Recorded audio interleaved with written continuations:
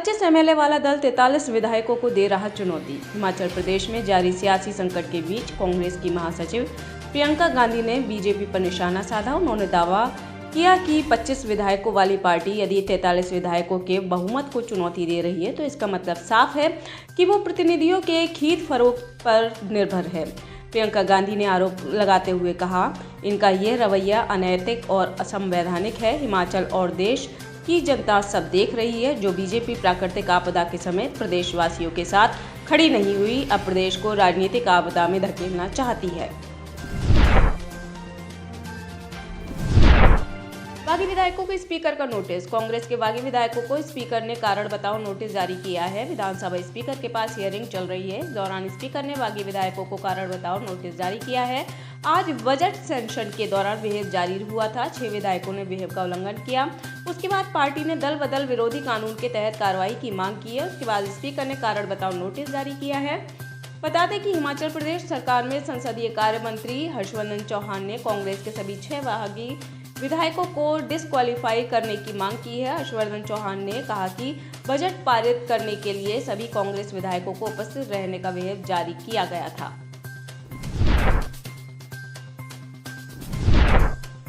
अखिलेश यादव पर आरएलडी ने कसा तंज।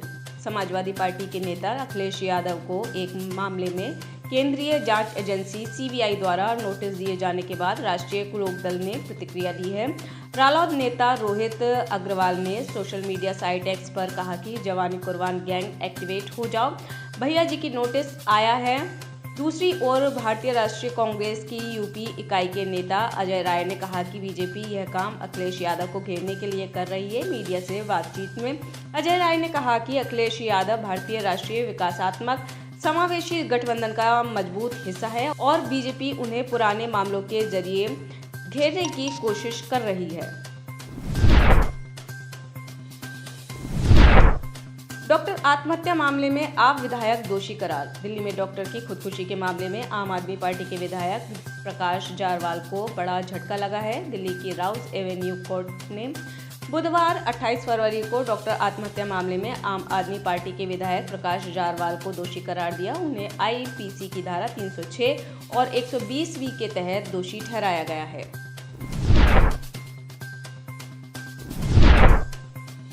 हरियाणा विधानसभा में चाचा भतीजे दुष्यंत की हुई नोकझोंक। हरियाणा के उप मुख्यमंत्री दुष्यंत चौटाला की कुछ मुद्दों को लेकर टीका टिप्पणी के बाद इंडियन नेशनल लोक दल के वरिष्ठ नेता अभय सिंह चौटाला की मंगलवार को विधानसभा में उनसे नोकझोंक हुई। जननायक जनता पार्टी नेता दुष्यंत चौटाला अभय चौटाला के भतीजे हैं।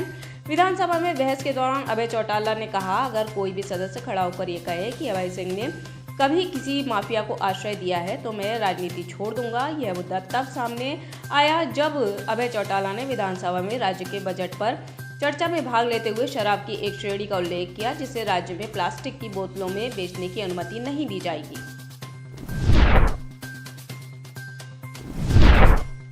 आईसीयू में 24 वर्षीय मरीज से रेप। राजस्थान के अलवर जिले में एक निजी अस्पताल की गहन चिकित्सा इकाई में भर्ती महिला से रेप के आरोप में एक कर्मचारी के खिलाफ केस दर्ज किया गया है। पुलिस ने मंगलवार को यह जानकारी दी। पुलिस ने बताया कि घटना बुधवार सुबह करीब 4:30 की है।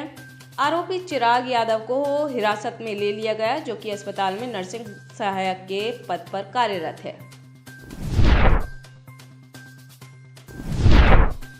अहमदाबाद में दर्दनाक सड़क हादसा। गुजरात के अहमदाबाद में आज सुबह एक बड़ा हादसा हो गया है। अहमदाबाद के ढोलका में बोलेरो और डंपर की आपस में भिड़ंत हो गई। इस भिड़ंत में 5 लोगों की मौत हो गई, वहीं 2 लोग घायल हो गए। हादसा ढोलका खेड़ा हाईवे पर पुलेन सर्कल के मंगलवार सुबह हुआ है। मरने वालों में एक महिला और बच्चा भी शामिल है।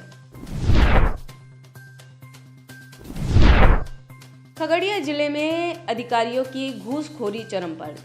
जिले में एक घूसखोर अधिकारी बुधवार को निगरानी के हत्थे चढ़ गया। बता दें कि निगरानी को सूचना मिली थी कि खगड़िया जिले में अधिकारियों की घूसखोरी चरम पर है।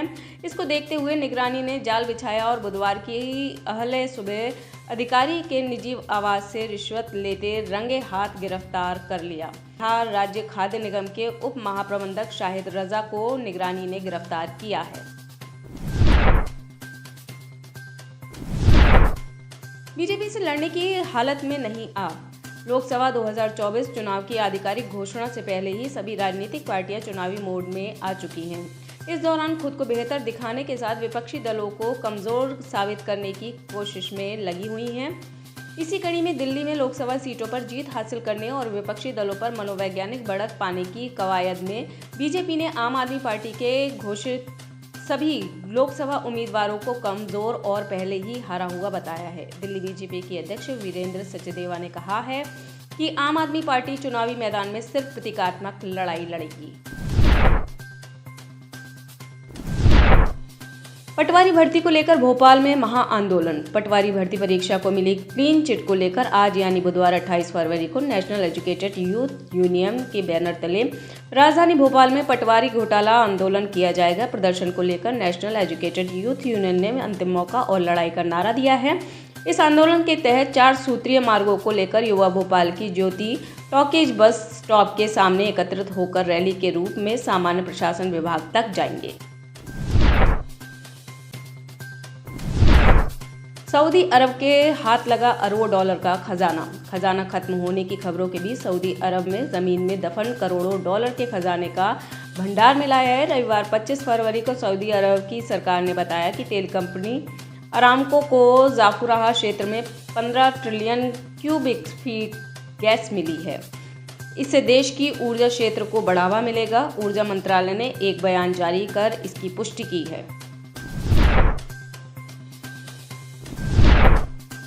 जापान की बर्थ रेट में फिर से आई भारी गिरावट। जापान में शिशुओं के जन्म स्तन की संख्या में फिर से गिरावट देखने को मिली है। मंगलवार को जापान सरकार की तरफ से एक रिपोर्ट जारी की गई जिसमें साल 2023 की बर्थ रेट सामने आई है। रिपोर्ट के अनुसार बर्थ रेट का आंकड़ा और भी नीचे चला गया है। पिछले 8 सालों में अब तक का सबसे कम आंकड़ा है। जनसंख्या को लेकर जापान सरकार की मुश्किलें और भी बढ़ गई हैं। पिछले साल के मुकाबले साल 2023 की बर्थ रेट का आंकड़ा 5.1% घटकर 7,58,631 हो गई है।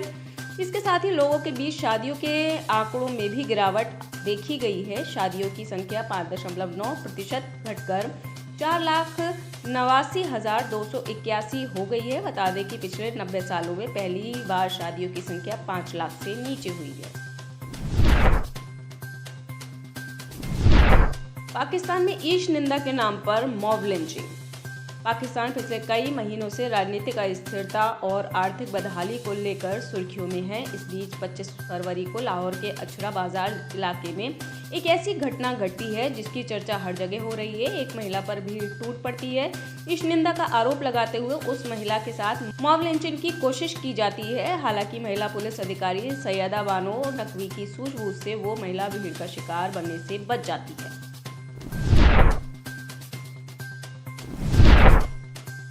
समंदर आसमान से बरस रहे गोले।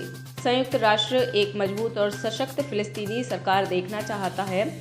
यह बात यूएन के प्रवक्ता ने फिलिस्तीन के प्रधानमंत्री मोहम्मद शताए के नेतृत्व वाली सरकार के इस्तीफे पर रिएक्शन देते हुए कही। संयुक्त राष्ट्र प्रमुख के प्रवक्ता स्टीफन दुजारिक ने कहा कि संयुक्त राष्ट्र महासचिव एंटोनियो गुटेरेस ने शताए के इस घोषणा पर ध्यान दिया कि उन्होंने अपनी सरकार का इस्तीफा फिलिस्तीनी राष्ट्रपति महमूद अब्बास को सौंप दिया है।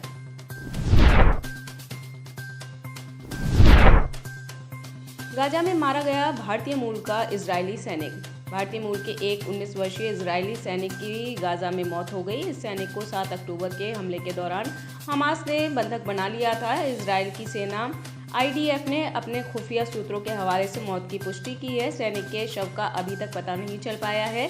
इजरायल हमास के बीच चल रहे संघर्ष के 144 दिन बीत गए हैं। इसी बीच भारतीय मूल के इजरायली सैनिक सार्जेंट ओज डैनियल की मौत की खबर आई है। भारत में इजरायल के राजदूत नाओर गिलोन ने कहा कि भारतीय मूल के सैनिक का 7 अक्टूबर को अपहरण कर लिया गया था। 7 अक्टूबर को हमास द्वारा 253 लोगों को बंधक बनाने के बाद सार्जेंट ओज डैनियल का नाम भी सूची में था।